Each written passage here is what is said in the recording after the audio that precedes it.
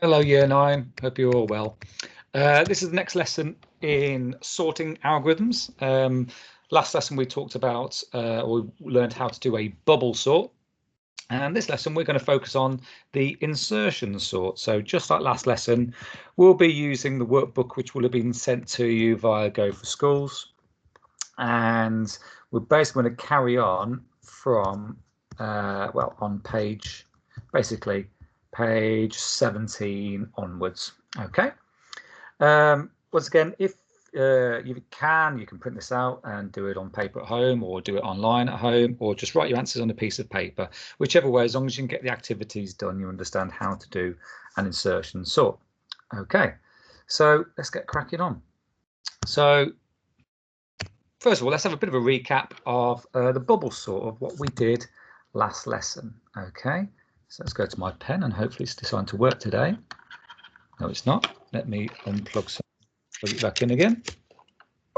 You don't like me doing this. There we go, all sorted. So recap bubble sort. Let's just have 5 numbers. Let's have 6, 7, 5, 3, and 9. Okay, so a bubble sort, if you remember, first of all, we look at the first 2 items, we compare them. Are they in the right order? Yes, they are. So we keep everything the same, 6, 7, 5, 3, 9. Then look at items 2 and 3. Then to swap around because we want the lowest one first. So 6, 5, 7, 3, 9. Then we look at 3 and 4. So I position 3 and 4, 7, 3. Then to swap around, 6, 5, 3, 7, 9. Look at the last 2, 7 and 9. They're in the right order. 6, 5, 3, 7, 9. That is the first pass. We're still not in the right order, so we'll do the second pass here. So I'm just going to copy these from there to there. So the order they're in after the first pass. 3, 7, 9. So we do it again. 6 and 5 are compared. They swap round. 5, 6, 3, 7, 9. 6 and 3 are compared. So 5, 3, 6, 7, 9. 6 and 7 are compared. They're in the right order. I'm not going to copy these down. I'm just going to assume. And then 7, 9 are compared. They're in the right order. Okay, so then let's do the third pass. So we have 5, 3, 6, 7, 9. 5 and 3 are compared. So 3, 5, 6, 7, 9. 5 and 6 compared. They're okay. 6 and 7 are compared. 7 and 9 are compared. So after 3 passes, they're sorted. And then obviously you do a 4th pass to check. And obviously if there's no swaps around, then it's all sorted. Brilliant, we can stop. So that was the bubble sort. Key thing about bubble sort is you compare 2 at a time and you swap them around. Okay, so an insertion sort. Well, let's go through what you need to achieve. So all of you should be able to perform a basic insertion sort. If you complete both the activities, then you would have done insertion sorts on different types of data. The challenge we're looking into doing a bit of an investigation. What's the advantage of using insertion sort over a bubble sort? Right. So I always find the insertion sort is the easiest one to get my head around. That's just me personally, because you kind of do it. Well, I kind of do it when I'm playing cards. So if I'm dealt a set of cards, if I'm playing blackjack or 21, whatever game you're playing, rummy or whatever. Normally in my hand, I like to have my cards in order so I see them where they are. So when I get dealt the hand, what I tend to do is like, right, in my left hand, I'm going to put the cards which are in the right order there, and I move them to my left hand, if that makes sense. Right? And that's kind of how an insertion sort works. So let's read through how it says here. It says, one item is taken from the list and placed into the correct position. This is repeated until there are no more unsorted items in the list. Okay, so let's do a typical example. So let's have 6 numbers. Let's have 9, 7, 11, 13, 4, and 5. There we go. So at the moment, this is what's called the unsorted list. All of this is the unsorted list. Okay. All right. The first thing I'm going to do, I'm going to take the first item. I'm going to circle it. Okay. And I'm going to say now we're going to separate it. So essentially, this is the sorted list on this side of the dotted line. Okay, well, one which is circled or sorted, and the other ones are unsorted. So essentially, we're creating two different sets of data, two sorted and unsorted. That's the first thing we do. So we mark our first item as sorted. And then what we do, we then take each item from the unsorted list and we insert it into the sorted list. So first, we're going to take this 7 and we're going to take it from here and insert it into the sorted list. So what we do is we compare it to the 9 and it's less than 9, so it goes to the left. So now we have 7, 9 are now sorted, okay, and the rest are unsorted, 11, 13, 4 and 5. That's in this case the first pass, okay. Then we take the 11 and we then insert it into our sorted list. So now we have 7, 9 and 11. I'm going to circle them to show they're sorted. Then we have 13, 4 and 5. That is the second pass. Being posh, pass. Okay. Then we take the 13 and we insert it in. So then when we have 7, 9, I should circle them already. 11, 13, 4 and 5. I just got rid of my dotted line. So you can see the circle ones are sorted, the other ones are unsorted. Third pass. Then we add the 4 in. So we'll have 4, 7, 9, 11, 13, and we're left with 5. That's the fourth pass.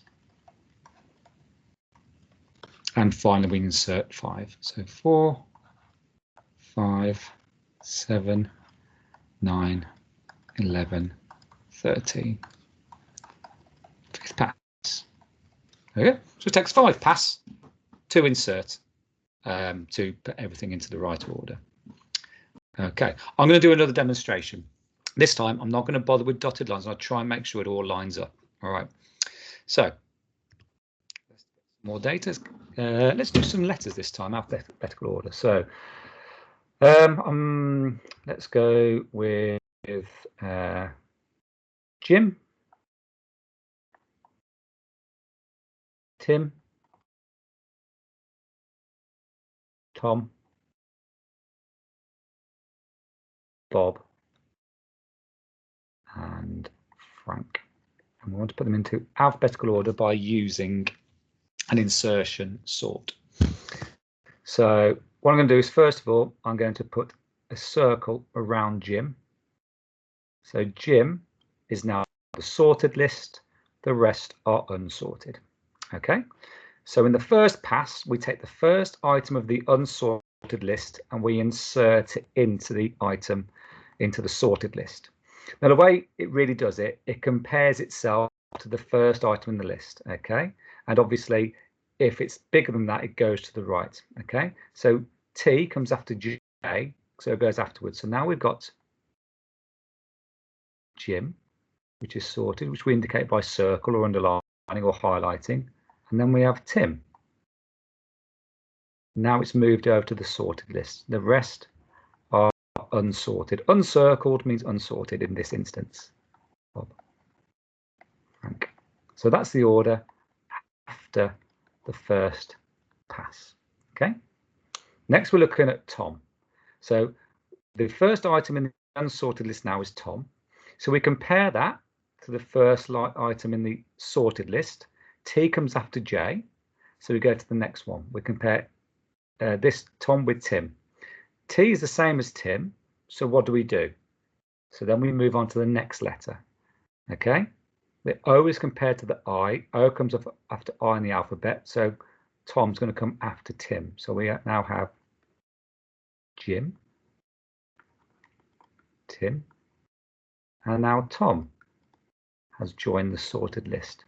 Bob and Frank are still unsorted. Okay, that's the second pass. All right, now it's Bob's turn. So we take Bob is now the first item in the unsorted list. We compare Bob to the first item in the sorted list. So B comes before J. So that means Bob comes first. So Bob, Jim, Tim, Tom. Oh, Tom sorted. Right, Tom sorted. and Frank, poor old Frank, left on his own. Third pass, and then finally Frank gets inserted in. So we take Frank, we compare him to Bob. Okay, so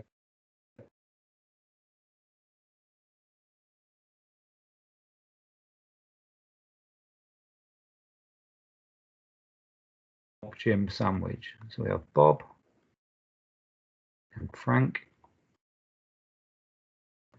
then Jim, excuse my handwriting, then Tim, and then finally Frank. So fourth pass, they're all sorted.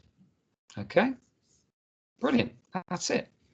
So the good thing about this in insertion sort is we can easily determine how many passes it's going to take before it's all sorted.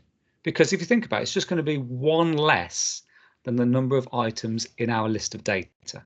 Okay, because the first thing is going to take your first item, that becomes the sorted list, and then for all the remaining data, we insert it one by one. So we've got 5 items, it takes 4 passes. Okay, I just find that really, really easy, and it's really easy to show because you clearly indicate which is the sorted list and which is the unsorted list. And we should see a pattern like this. Okay, so here's another example. So leave the first item at the start, so the 9 becomes a sorted list. 5 is then inserted into the sorted list, and then the 4, and then the 15, and then the 3, and then the 8, and then the 11, and then the 2. Okay, so which item did not have to move?